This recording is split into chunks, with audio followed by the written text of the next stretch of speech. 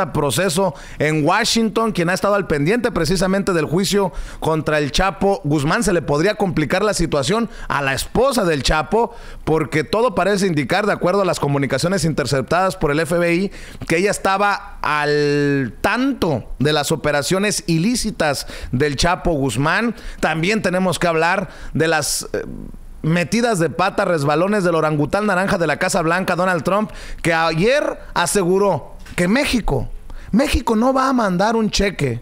Ya le dijo a los estadounidenses, México no mandará un cheque para pagar por el muro en la frontera. Esos temas los tenemos que abordar con Jesús Esquivel, corresponsal de la revista Proceso en Washington, en la capital estadounidense, único corresponsal mexicano acreditado por la Casa Blanca. Y bueno, pues para que nos hable sin censura, vamos en estos momentos, antes de ir a la mañanera. Jesús, te saludo con mucho gusto, ¿cómo te va? Buenos días, Vicente.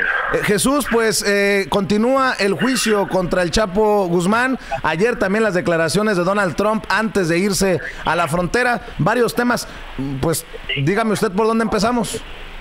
Donde quieras, Vicente. Bueno, a ver, el juicio contra el Chapo Guzmán. Han salido comunicaciones interceptadas por las autoridades, por el FBI, que podrían darnos una idea de cómo manejaba los negocios el Chapo Guzmán, pero sobre todo hay datos que podrían implicar incluso a la esposa del Chapo Guzmán, Emma Coronel, de estar al tanto de las operaciones ilícitas de su esposo, el capo mexicano. ¿Cuál es el resumen de esta semana, Jesús, en el juicio contra el Chapo Guzmán? Primero, Emma Coronel no está implicada y no la pueden implicar. Lo que se dio a conocer en la corte fueron la lectura de la transcripción de los mensajes de texto que presuntamente intercambió el Chapo con su esposa, pero ella no habla de trasiego de drogas. El que lo hace en ese mismo teléfono que usaba su mujer es el padre de ella. Lo importante de todo eso, que es lo único que le interesa a la corte, porque se le está acusando de trasiego de drogas en Estados Unidos, no de asuntos en México, es que con el padre de Emma Coronel, el Chapo habla del movimiento de drogas a los Estados Unidos, de cocaína. Lo mismo ocurrió cuando Marsens, el agente del FBI, leyó la transcripción de los mensajes electrónicos que intercambió el Chapo con otra mujer sobre la venta de metanfetaminas y de cocaína en ciudades como Detroit, Michigan, como Phoenix, Arizona, e incluso Minneapolis.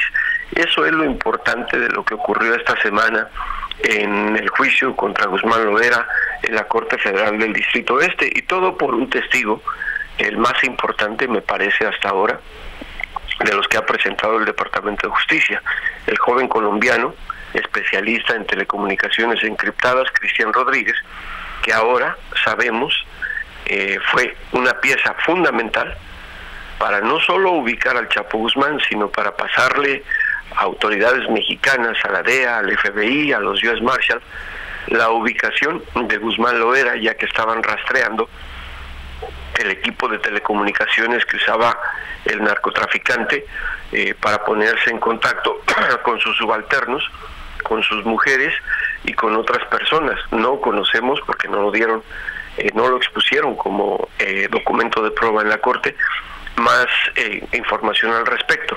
Es obvio que la Fiscalía lo único que quería poner en evidencia era lo referente al trasiego de drogas en Estados Unidos, que es por eso, insisto, por lo cual lo están juzgando en Estados Unidos. Jesús, hay unas grabaciones que me tocó escuchar de la facilidad, de la familiaridad con la que el Chapo Guzmán pide favores en este caso, la grabación que escuché, al comandante o representante de la AFI en ese entonces, de proteger al equipo que apoya a la empresa. A mí en lo particular me llama la atención eso, la familiaridad y la facilidad con que el Chapo y sus enviados pues manejan esta relación con las autoridades, algo que pues obviamente de lo que tú has escrito, de lo que tú has investigado, pero que es revelador escuchar al propio capo pedirle favores a las autoridades, en este caso en Sinaloa, ¿no? Bueno, revelador por escucharlo, pero todo eso pues se sospechaba, no se puede entender el narcotráfico sin la corrupción de autoridades, y además no solo es la primera ocasión que se menciona, desde que inició el juicio los testigos que han hablado en contra del Chapo mencionan la relación, y no es el del AFI, es el agregado de la PGR en el estado de Sinaloa, no se dio a conocer el nombre, que le tocaba no solo al Chapo, sino a los cabecillas del cártel de Sinaloa, abordar con ellos el tema de la protección y seguridad de las operaciones del trasiego de drogas en donde quiera que se encuentren. Reitero, lo importante del juicio en Estados Unidos, insisto, y que quede claro, es que el jurado no lo va a juzgar por la narcocorrupción en México. Lo van a declarar culpable o inocente por los delitos que le imputa la Corte del Distrito Este de Nueva York, que es trasiego de drogas, conspiración para traficar drogas, vender y lavado de dinero en los Estados Unidos. Y creo que las pruebas en ese sentido ya las está poniendo sobre la mesa el Departamento de Justicia. ¿Estás enterado de las declaraciones del Chapo, de los abogados del Chapo en México, que buscarán, según ellos, que regrese el Chapo Guzmán porque se violó el debido proceso, los amparos y estos documentos legales? Ayer se hicieron declaraciones que a mí en lo particular me dejaron rascándome la cabeza. ¿Se puede en algún momento regresar a un ¿sabes tú si se puede regresar a un hombre que ya ha sido enviado a otro país para que sea juzgado? Sí, se puede enviar, pero no es el caso. El acuerdo de extradición México-Estados Unidos tiene los estatutos legales de cómo hacerlo. Se puede enviar siempre y cuando un delincuente acusado en Estados Unidos de un delito cumpla su sentencia en los Estados Unidos. Y si aún tiene cargos pendientes en México o un proceso judicial, se le regresa a las autoridades mexicanas. Pero aquí no estamos hablando del caso del Chapo, por eso no hay que ni siquiera tomar en cuenta lo que digan sus abogados en México. El Chapo está en Estados Unidos y la sentencia que enfrenta es cadena perpetua. Jesús, ahora hablemos de Donald Trump. Ayer, antes de partir a McAllen, Texas, en donde se reunió con autoridades de Texas, allá les dijo que iba a estudiar la posibilidad de darle el dinero para el muro a Texas, para las autoridades locales, para que hagan el trabajo. Hizo unas declaraciones que creo que son importantes retomarlas porque demuestran lo mucho que ha mentido Donald Trump en torno a este tema de México va a pagar por el muro en la frontera.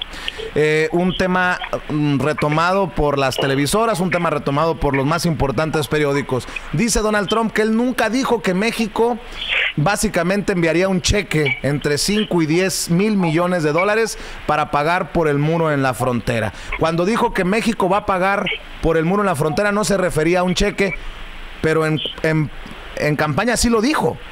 Dijo, si es tan sencillo como México que mande un cheque para evitar que les decomisemos o les detengamos las remesas de Estados Unidos a México que envían los connacionales.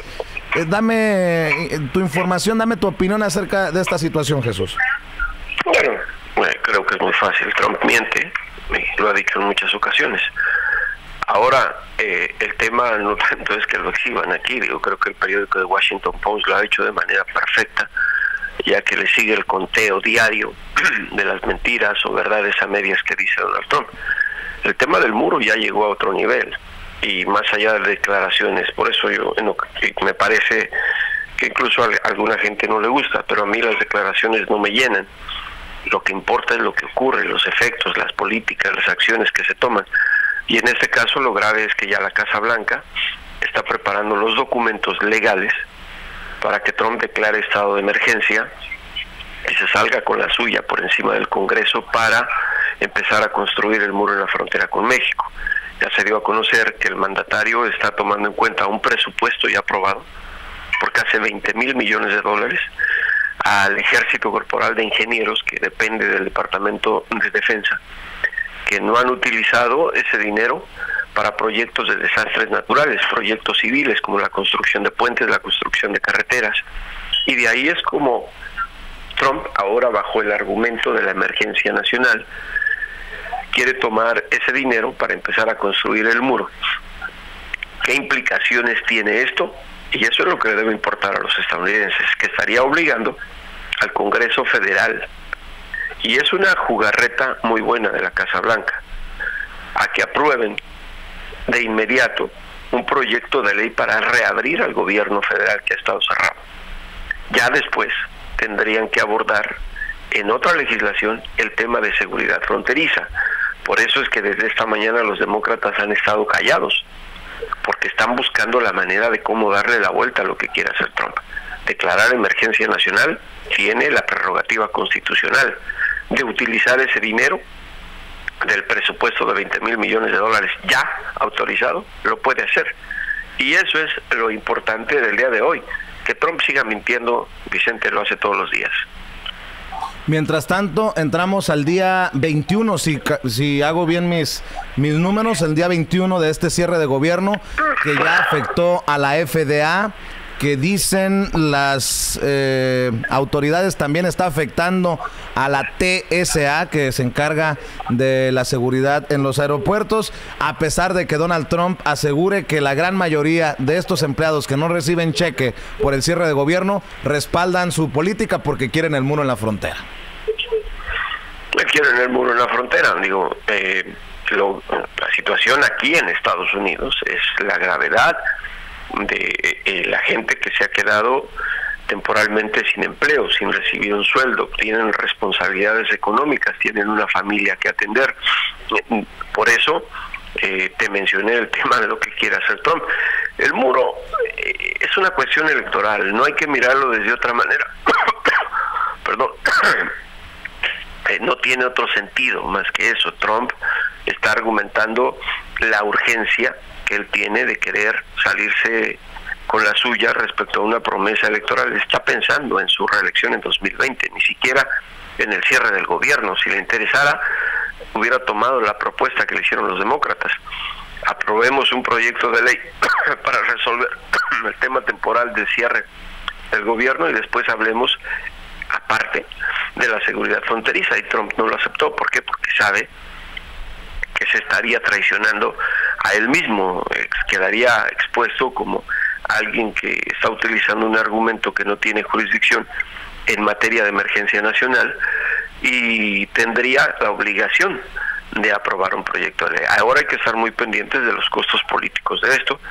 Me parece, sin tener ninguna seguridad ni una brújula, que Trump está en una situación grave de riesgo de perder el respaldo que tuvo en algún momento en las elecciones de 2016 y que lo llevaron a la Casa Blanca. Los demócratas por eso se mantienen de una manera más pragmática. He visto muchos comentarios que se hacen respecto a que México no dice nada. Me parece que el gobierno mexicano finalmente está actuando como tiene que actuar. Dejar que Trump se mate solo. Dejar que Trump se mate solo. Ahí acuñenles a don Jesús. Y para cerrar... No, Jesús, acuñaciones no. Simplemente es una metáfora en el sentido... Sí, pero no, a mí no me gusta eso de acúñenle. Eso es una metáfora de decir que se está haciendo daño político. Ya sé, Jesús, no te enojes. Ya lo entiendo así como eso, precisamente la metáfora. Oye, Jesús, antes de despedirnos, no te pregunté porque ya habíamos señalado que se iba a cortar el juicio contra el Chapo Guzmán. ¿Se ha hablado ya del fin del juicio? Porque vamos a medio mes de enero y se hablaba de finales de enero para que finalizara el juicio. ¿Se ha hablado de esto? No, a ver, yo no sé quién lo escribió, pero no es así. Inicialmente se ha dicho que el juicio duraría de 3 a 4 meses. No se sabe porque los fiscales no van a conocer la lista de testigos que van a llevar ni los tiempos. Lo que hizo ayer el juez Brian Cogan en la corte fue decir, por cuestión del tema del jurado, que quería saber las estrategias de los tiempos una vez que termine la fiscalía su turno de presentar a los testigos de cargo, porque tendría entonces que iniciar la presentación de testigos de defensa, es decir, de los 3 abogados de Joaquín El Chapo Guzmán Loera. Entonces se habló que uno de los testigos que quería llevar a la corte la defensa estaría presente hasta el día 28 de enero. Pero el juez dijo que los marshals le comentaron que iba a ser muy complicado que llegara antes de esa fecha el testigo cuyo nombre no dieron a conocer, porque así es la cuestión judicial, que llegara en esas fechas, lo cual indica que se trata de algún criminal que está preso en algún lugar y no nada más es de subirlo a un avión, en un auto y llevarlo. Se tienen que hacer procedimientos jurídicos, no solo en la prisión donde se encuentre, en materia de seguridad y todo lo que implica. Lo cual el juez dijo entonces que quería saber si la defensa el día 23 de enero podría llevar a alguno de los testigos. No dieron la respuesta, quedaron por dársela en un documento como se tiene que hacer. Ahora, pues qué más quisiera yo que se termine el juicio. Créeme que después de haber estado todos los días, que los reporteros que estamos ahí lo que queremos es que ya se acabe eso, porque creo que las evidencias que se requerían ya están puestas. Bueno, pues así como te escucho, enfermón, te agradezco el tiempo y te prometo que después te paso el menjurje para aliviarte. Yo andaba igual o peor que tú hace unos días. Te deseo una pronta recuperación, te mando un abrazo y quedemos al pendiente para el lunes, Jesús. Claro que sí, buenos días, Vicente. Jesús Esquivel, hoy, como ya lo escucharon, enfermo, pero siempre al pie del cañón, informándonos sin censura de las noticias más importantes a ambos lados de la